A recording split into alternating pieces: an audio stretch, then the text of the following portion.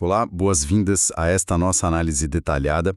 Hoje, o nosso foco é algo que, olha, define muito do valor das empresas modernas, mas que a gente não pode ver nem tocar: os ativos intangíveis. Uhum. Vamos explorar as regras do jogo definidas pelo pronunciamento técnico CPC 04, a revisão R1.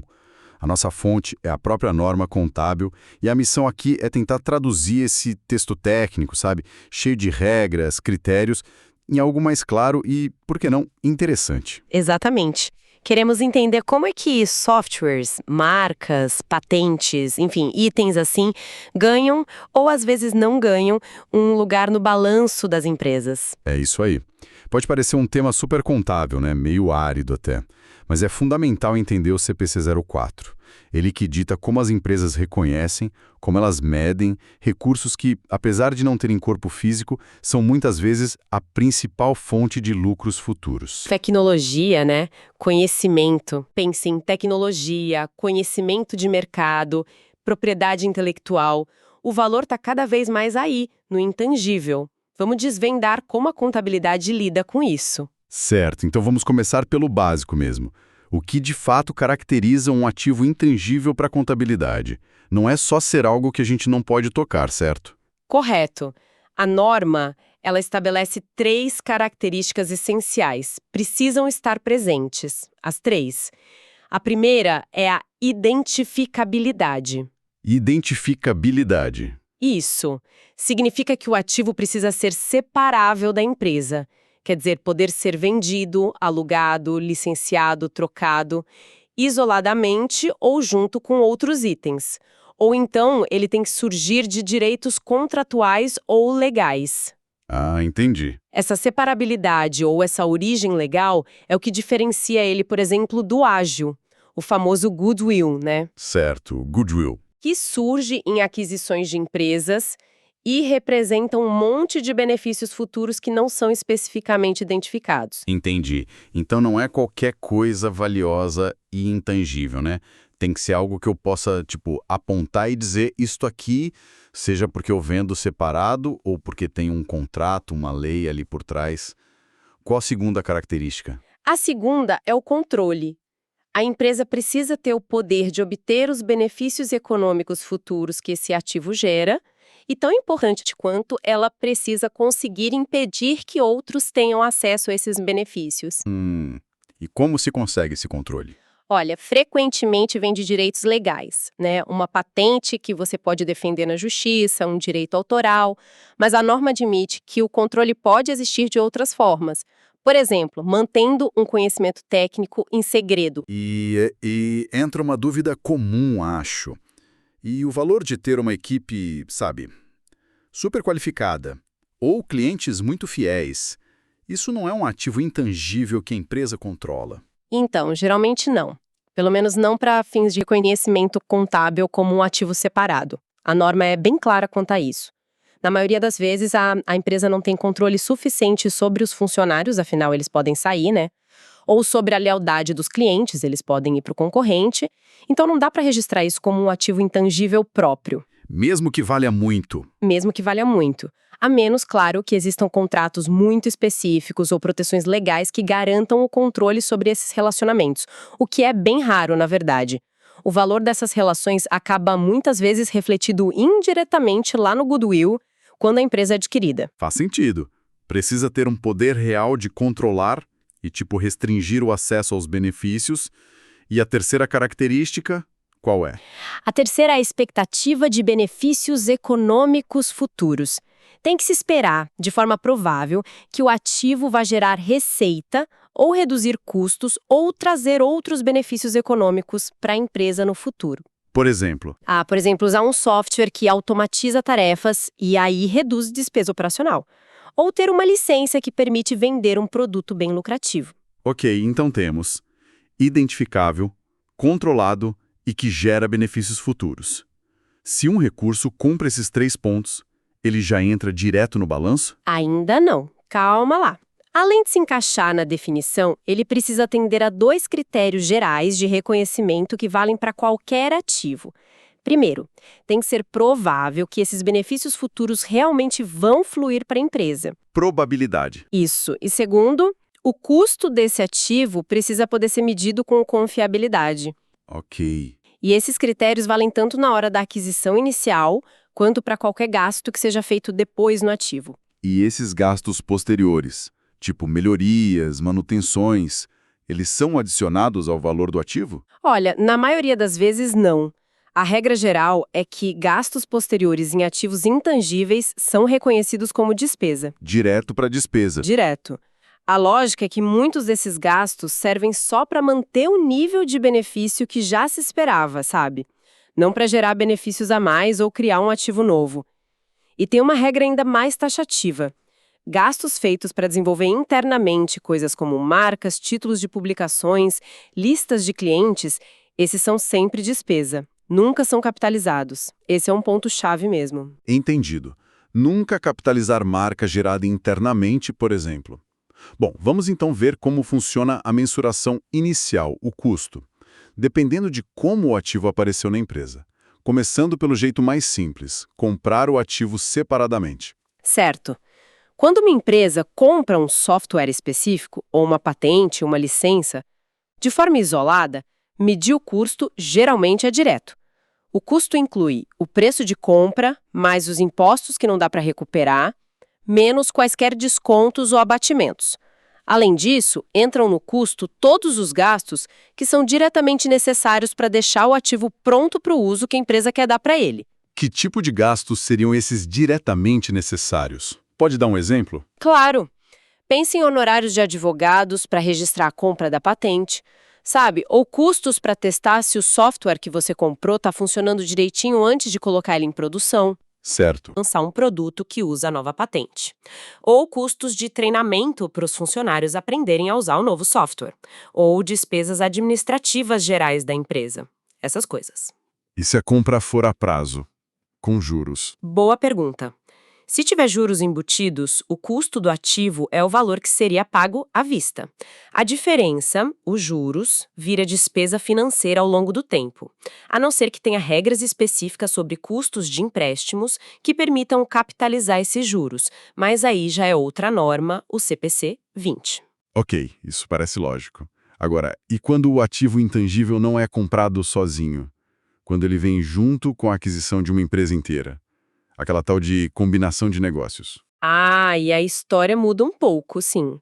Nesse cenário, quem manda nas regras é outra norma, o CPC 15, sobre combinação de negócios. E o custo de cada ativo intangível identificado da empresa que foi comprada é o seu valor justo na data da aquisição. Valor justo. O que seria isso, sim, de forma simples? Pensa como o valor de mercado, ou uma estimativa bem fundamentada de quanto aquele ativo valeria numa transação normal entre partes independentes que conhecem o assunto. E o interessante é que, numa combinação de negócios, a norma meio que presume. Ela considera que aqueles dois critérios de reconhecimento, lembra? Probabilidade de benefícios e mensuração confiável do custo, que aqui é o valor justo, ela considera que eles são sempre atendidos para os ativos intangíveis identificáveis da adquirida. Isso tem uma consequência importante, né? Eu li em algum lugar que a empresa que compra precisa reconhecer ativos intangíveis da empresa comprada, mesmo que a própria empresa comprada não tivesse eles no balanço antes. É isso. Exatamente. Esse é um ponto crucial. A compradora tem que fazer um pente fino, sabe? Identificar todos os ativos intangíveis da adquirida que atendam à definição identificável, controlado, gera benefícios e registrar eles pelo valor justo, separadamente do goodwill. Mesmo que não estivessem no balanço da outra. Mesmo que não estivessem. Isso pode incluir, por exemplo, um projeto de pesquisa e desenvolvimento que estava lá em andamento na adquirida, desde que ele seja identificável, né? Separável ou baseado em direitos. O valor justo vai refletir a expectativa do mercado sobre os benefícios futuros daquele projeto. Fascinante como a perspectiva da aquisição meio que materializa contabilmente uns valores que antes não eram reconhecidos, né?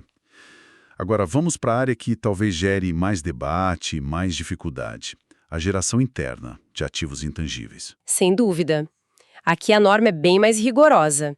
E tem um bom motivo para isso, né? Qual seria? É muito mais difícil separar objetivamente os custos de desenvolver um ativo específico dos custos normais de tocar o negócio no dia a dia, ou de simplesmente construir uma boa reputação, que seria um goodwill, gerado internamente e que não pode ser reconhecido. E como a norma lida com essa dificuldade toda? Ela exige que a empresa divida o processo de geração interna em duas fases bem distintas: a fase de pesquisa e a fase de desenvolvimento. Pesquisa e desenvolvimento. Isso. E se a empresa não conseguir separar claramente essas fases, aí tudo é tratado como pesquisa. E qual o tratamento para a fase de pesquisa? Direto e reto. Todos os gastos com pesquisa são reconhecidos como despesa, no momento em que ocorrem. Sempre despesa? Sempre. Nenhum ativo intangível pode surgir da fase de pesquisa. A lógica é que, nesse estágio, a empresa ainda está explorando, buscando conhecimento, avaliando alternativas. Não tem segurança suficiente de que dali vai sair um ativo que gere benefícios futuros prováveis. Pensa em cientistas testando novas moléculas no laboratório, sem saber ainda se alguma vai virar remédio. Entendido. Pesquisa é sempre despesa. E a fase de desenvolvimento? Aqui a coisa muda. Gastos na fase de desenvolvimento podem ser capitalizados, ou seja, podem virar um ativo intangível. Mas Tem um mas. tem um mas bem grande. Isso só acontece se a empresa conseguir demonstrar que atende a todos os critérios rigorosos que a norma estabelece. Todos. Nossa. E que tipo de critérios são esses? São muitos? São 6 critérios principais. Eles buscam comprovar que o projeto realmente tem potencial de virar um ativo viável, sabe? A empresa precisa demonstrar, por exemplo, a viabilidade técnica de concluir o ativo, a intenção e a capacidade de usar ele ou vender, como ele vai gerar benefícios econômicos futuros, tipo, mostrando que existe um mercado para ele ou que ele vai ser útil internamente. Ok. Viabilidade, intenção, benefício. Que mais? Precisa mostrar também que ela tem recursos suficientes, técnicos, financeiros para terminar o projeto. E, crucialmente, que consegue medir de forma confiável os gastos que são diretamente atribuíveis a esse desenvolvimento específico. Uau. Parece uma lista bem exigente mesmo, se falhar em um desses pontos. O gasto com desenvolvimento vai direto para a despesa. Igualzinho na pesquisa.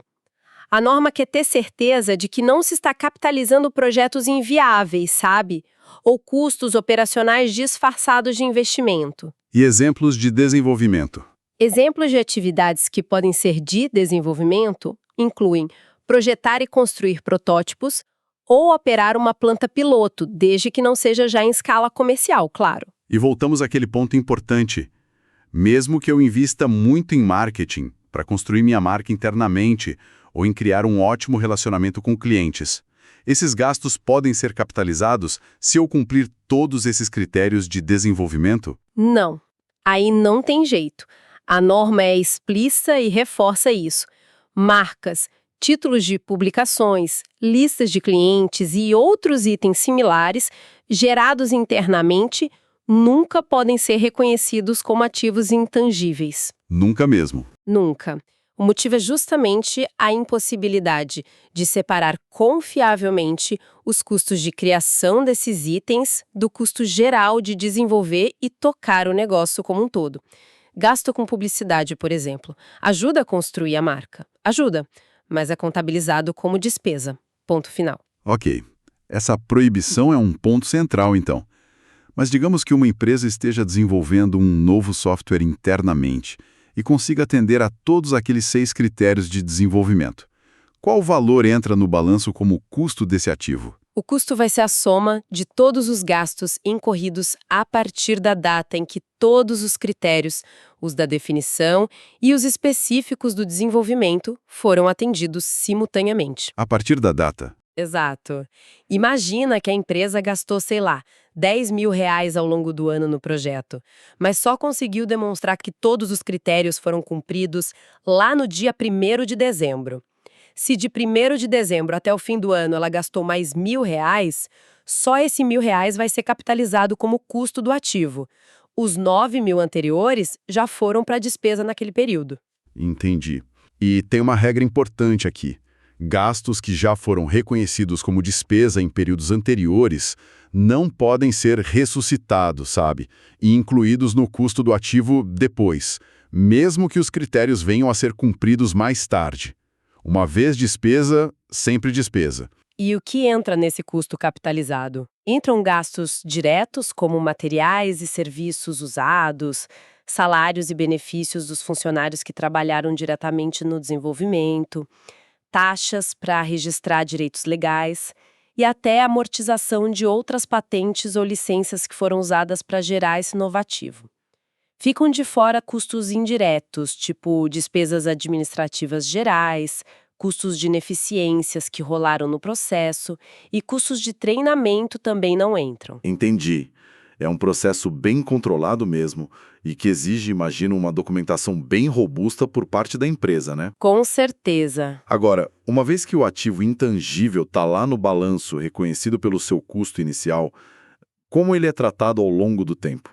O que acontece depois? Bom, a norma menciona 2 modelos possíveis para medir o ativo depois do reconhecimento inicial: o método de custo e o método de reavaliação. Porém, aqui temos uma particularidade brasileira importante. A nossa legislação societária, desde a mudança lá em 2007, não permite a reavaliação de ativos, nem tangíveis nem intangíveis. Ah, então peraí. Na prática brasileira, só temos uma opção, que é o método de custo. É isso? Exatamente isso. Na prática, aqui no Brasil, aplica-se o método de custo. E como ele funciona? O ativo intangível continua registrado pelo seu custo original, lá da aquisição ou formação, menos a amortização acumulada e menos eventuais perdas por redução ao valor recuperável acumuladas, aquele famoso teste de impairment. Certo. Método de custo menos amortização e menos impairment. E para aplicar isso, a gente precisa falar de 2 conceitos-chave: vida útil e amortização. Como é que a empresa define a vida útil de um ativo intangível? A empresa precisa avaliar se a vida útil do ativo é definida ou indefinida. Definida ou indefinida? Isso. Uma vida útil definida é um período limitado, um prazo, ao longo do qual se espera que o ativo gere benefícios. Já uma vida útil indefinida não significa que dura para sempre, não é infinito. Certo. Significa que, com base na análise de todos os fatores relevantes, não existe um limite previsível para o período em que aquele ativo vai gerar fluxos de caixa para a empresa. E que fatores ajudam a decidir entre definida e indefinida? O que a empresa olha? Olha, são vários. A empresa considera como ela pretende usar o ativo, os ciclos de vida de produtos ou tecnologias parecidas, a velocidade da obsolescência técnica ou comercial, a estabilidade do setor em que ela atua, a demanda de mercado pelos produtos ou serviços ligados ao ativo. Também olha quanto custa manter o ativo gerando benefícios, se existem limites legais ou contratuais para o uso, tipo o prazo de uma licença, e até se a vida útil desse intangível depende da vida útil de outros ativos da empresa. Entendi. E se for um direito legal, tipo uma patente? Para direitos que vêm de contratos ou leis, a vida útil contábil não pode ser maior que o prazo legal ou contratual. Mas pode ser menor, se a empresa espera parar de usar antes. E se o contrato for renovável, o período de renovação só entra na conta se a renovação for praticamente certa e sem custo significativo. Ok. E o que acontece com os ativos que têm essa vida útil definida? Esses são sistematicamente amortizados. A amortização é basicamente alocar o valor do ativo, o custo menos um eventual valor residual, que quase sempre é zero, como despesa ao longo dessa vida útil definida. Quando começa e quando termina? Ela começa quando o ativo está pronto para uso e termina quando ele é vendido ou simplesmente deixa de ser usado. O método de amortização escolhido deve refletir o padrão em que a empresa espera consumir os benefícios do ativo. Como assim, padrão de consumo? Por exemplo, ela espera usar o ativo de forma constante ao longo do tempo. Aí usa o método linear, linha reta. Ou espera que ele gere mais benefícios nos primeiros anos. Talvez use o método de saldos decrescentes. Se não der para determinar esse padrão de forma confiável, aí a regra é usar o método linear mesmo. E o valor residual, você diz que geralmente é zero. Sim, a norma presume que é zero, a menos que aconteça uma de duas situações bem específicas. Ou alguém já se comprometeu a comprar o ativo da empresa no fim da vida útil por um valor determinado, ou existe um mercado ativo para aquele tipo de ativo usado com preços públicos, compradores e vendedores frequentes, e é provável que esse mercado ainda exista quando a vida útil acabar. São condições bem difíceis de cumprir para a maioria dos intangíveis, né? Imagino. E um ponto importante: tanto a vida útil quanto o método de amortização precisam ser revisados todo ano, no mínimo. Se a empresa perceber que a estimativa mudou, esse ativo vai durar mais do que eu pensava, ou menos, ela ajusta a amortização para os períodos futuros. É uma mudança de estimativa. E quanto àqueles ativos com vida útil indefinida? Se não tem um fim previsível, eles não são amortizados, certo? Correto. Ativos intangíveis com vida útil indefinida não são amortizados. Mas isso não significa que eles ficam lá no balanço parados, sem nenhuma reavaliação, sabe? Não.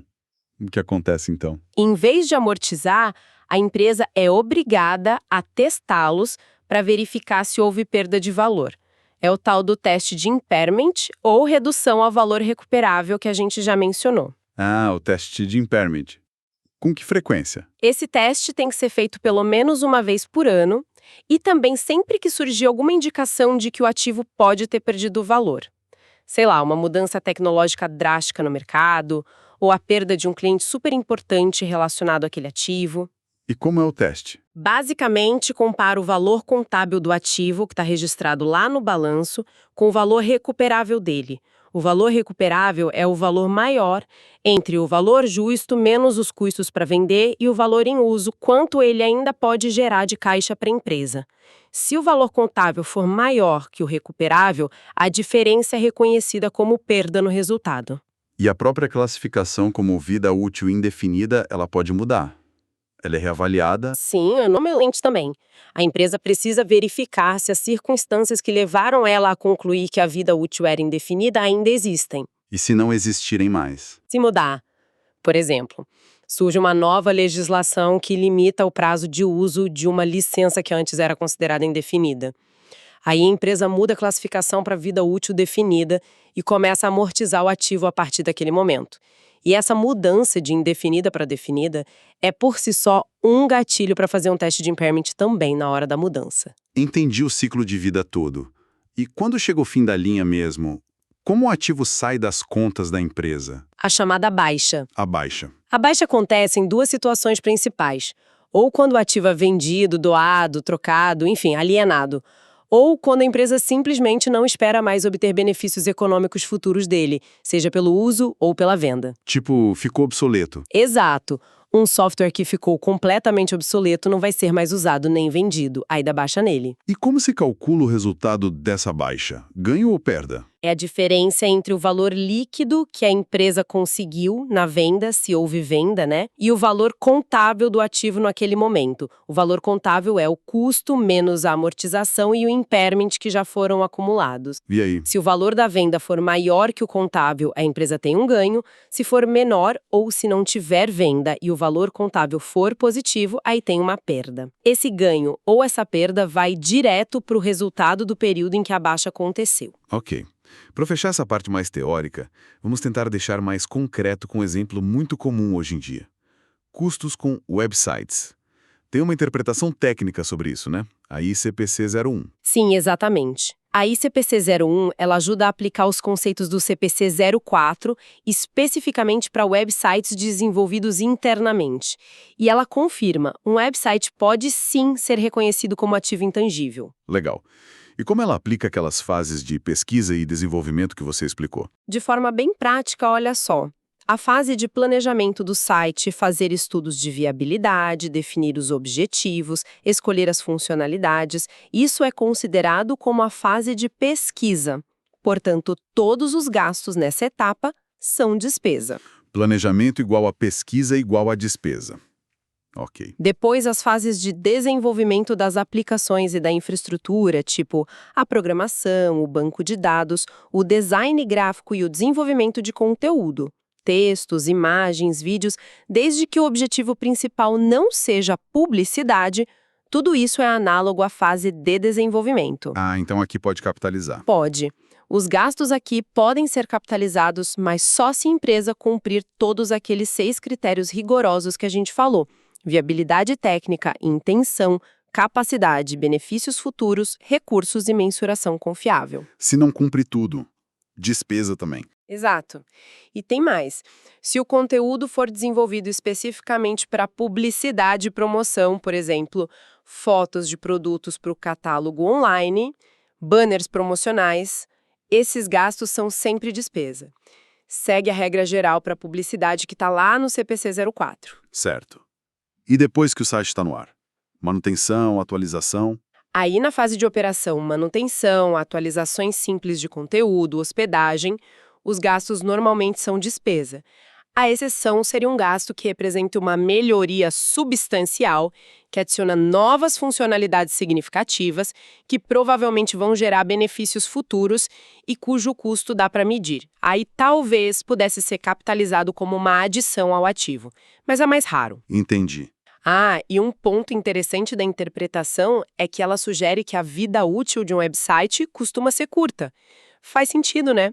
Dada a rapidez com que a tecnologia e o design evoluem nessa área. Verdade. E vale lembrar, o hardware, servidores, computadores usados para o site, isso segue as regras do ativo imobilizado, o CPC 27, não as do intangível, tá? Ótimo exemplo prático. Ajudou a visualizar.